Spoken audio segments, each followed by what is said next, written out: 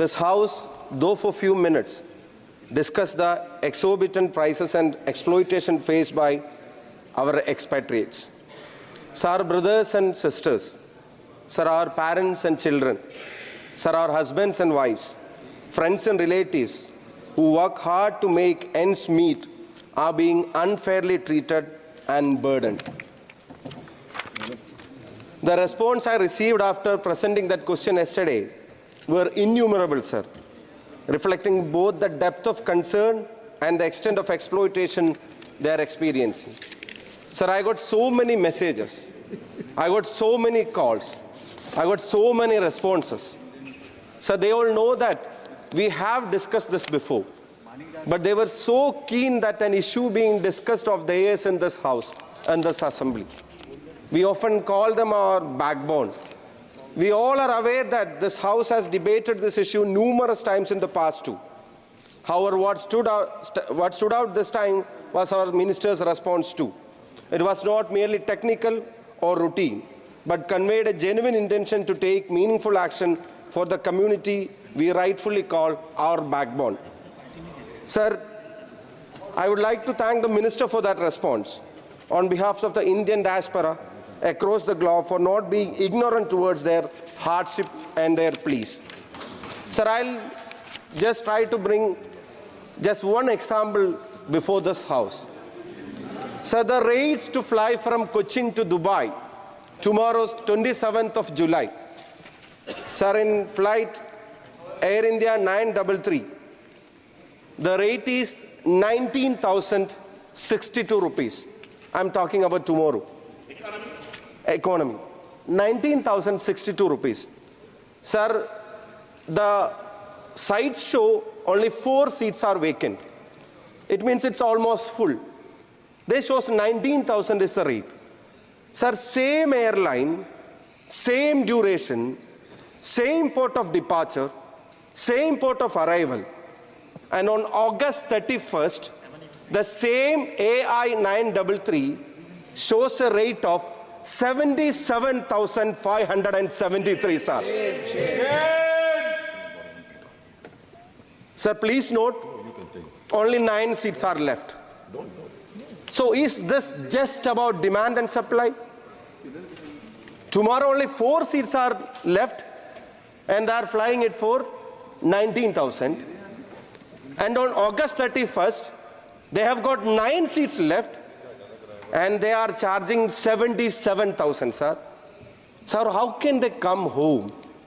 How can they go back to their work? They all are not rich people who are abundant in resources, sir. Most of them are normal laborers, sir, who work for a flat salary. Very flat salary, which may not provide them a ticket annually, which may not even provide them accommodation and food, but still they work hard so that they can ensure that their family is having their bread and butter. They can ensure that they can meet his or her parents' treatment. They can ensure that they could send his child to some school where he or she can learn as a future of this country. Sir, this 77,000 rupees, how can a normal employee abroad can afford? And if it is a family trip, sir, think about 4 members of a family coming home in their vacation and trying to going back after the vacation being charged 80,000 per ticket. Sir, 3,20,000 one way to fly to their work means what will they earn, sir, in their life? What will be their balance in their life, sir? The small amount that they get from the salary after all their expenses. Will it be enough for that? Will it be enough for buying a ticket, sir? Sir, we often call them our backbone. Sir, we boast about their remittance. They give billions of rupees to our economy. Sir, our state, we get annually 1,10,000 crore. 1,10,000 crore rupees a year through remittance. But what do we give them back, as we discussed yesterday? The ministry is here. I thank him for his response yesterday. Sir, it gave us some hope. They know that this has been discussed before also numerous times. उम्मीद उस पर पूरा action भी करेंगे और जो जो विषय उठाए आप टेक को एक्शन करेंगे। मंत्री जी, जो जो विषय उस समय भी उठे थे राजमान्य सदस्य, उस पर सारे एयरलाइंस वालों को बुलाइए और उन जरूर करेंगे सर, वो मेरे उत्तर उन पर एक्शन करिए। सब पैसा पार्लियामेंट का जाता है। यस, ये संसद की तरफ से पैसा जमा होता है सारा का सारा। apologize for being late sir, I was stuck with some other work. Sir, as the minister is here, I would like to mention yesterday's reply was not mechanical or typical. An intent was there. Sir, the diaspora outside India, they called, so many of them called, so many of them messaged, so many of them responded through social media. They all are eagerly and keenly awaiting some actions from the government to happen because they feel that it's not market driven, but at times this is greed driven by the airlines. Sir, I just got an example before your arrival. I would like to repeat it in small sentences. Sir, nothing. 27 July 2024, sir, I'm talking about tomorrow. An airline from Cochin flying to Dubai, Air India airline, AI933, is charging 19,062 rupees for tomorrow's ticket from Cochin to Dubai. Economy. Sir, the same flight, the same duration, the same port of departure, the same port of arrival, on August 31st, the same carrier is charging 77,573 rupees, sir. Sir, how can we call this just market-driven? I repeat, this is greed-driven. Sir, how can we call this profit-making? Sir, I repeat, this is extreme exploitation of the situation. Sir, we all know that we call them backbones of this country for the remittance that they give us. Sir, and all our agencies, all our laws, all our acts passed, all our monitoring bodies, all our rights, all our scopes to intervene, even the Directorate of Civil Aviation, the embassies, the parliament, the cabinet, sir, the courts, sir, everything and everyone stay as a silent spectators when our beloved experts are looted like this. Sir, this has to stop. It is high time that we have to put an end to this by showing our political and administration will. Sir, I repeat, 19 to 77,000 in 30 days cannot be justified as market-driven. Sir, I mentioned before you came, how about 4 of them coming here? How about 4 of them going back after the vacation? How can they afford this? Sir, when Zainul Abid, a constituent of mine, went to the court regarding this thing, the court and the government, they presented Rule 135(1) of the aircraft rules. The arbitrary and unlimited powers given to the airlines to fix their tariff under Rule 135(1) need to be redefined, sir. It cannot go like this.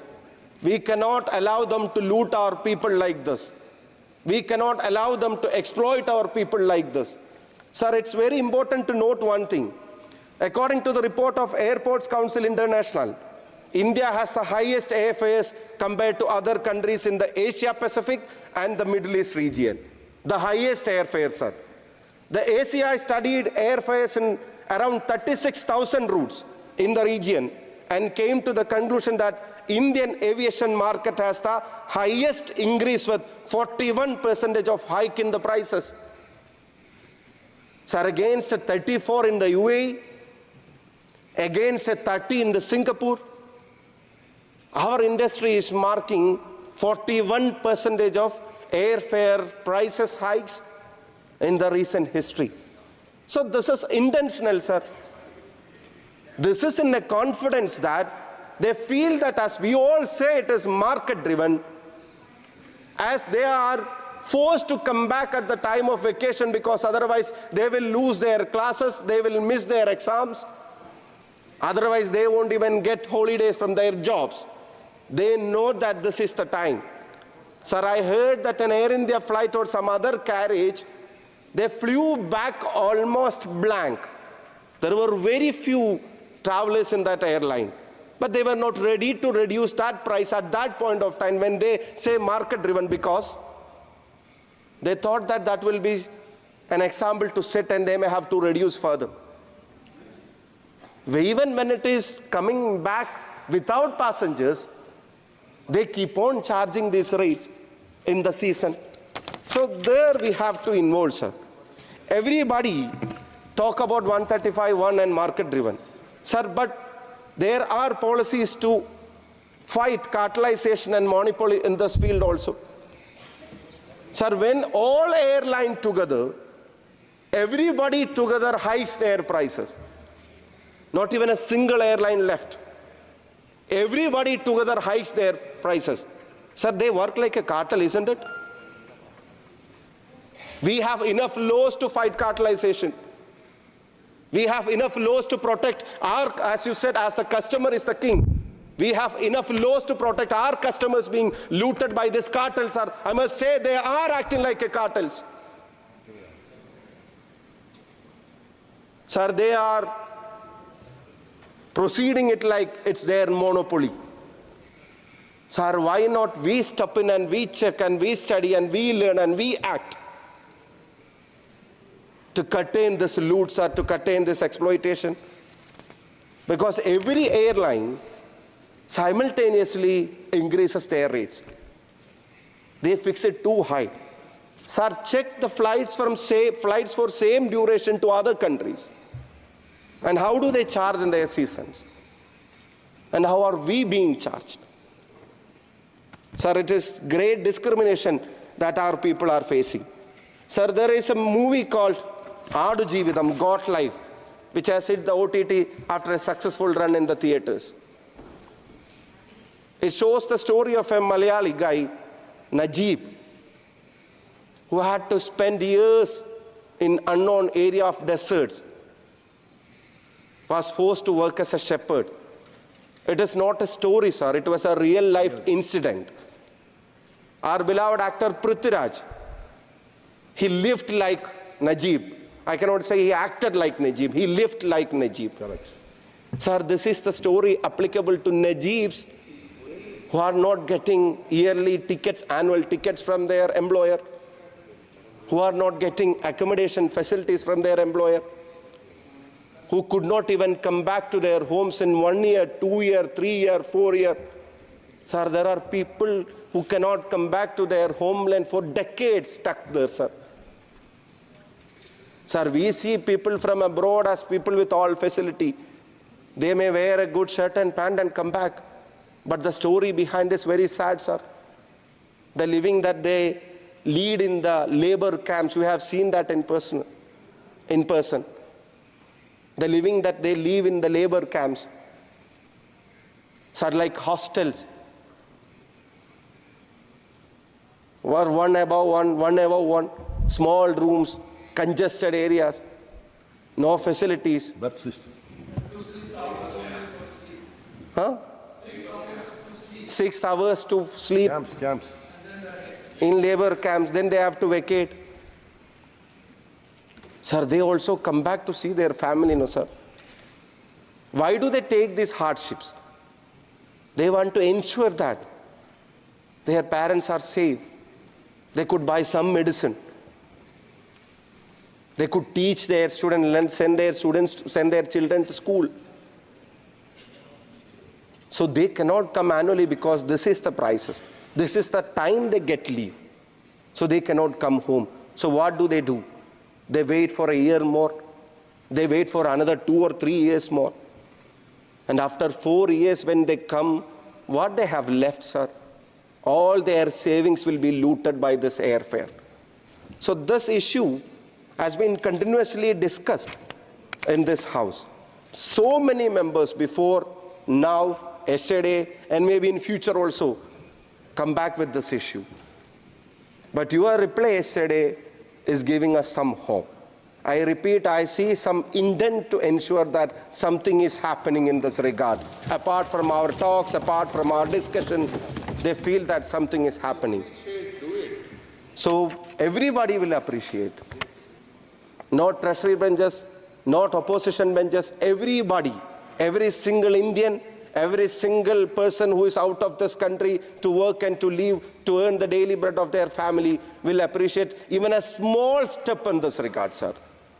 To my second question yesterday, you replied that you will be seriously thinking about appointing a body, maybe a quasi-judicial body or much more powerful a body who can look into this matter. Who can look into this matter, who can in future can ensure that this is monitored by law. If some enactment has to be there, if some law has to be introduced, that must be introduced, because they are our brothers and sisters who work for not just their families but this country too, sir. Sir, I suggest immediate intervention and resolution by government to move such a body. Sir, I suggest to intervene, the government to intervene to increase the competition in this regard.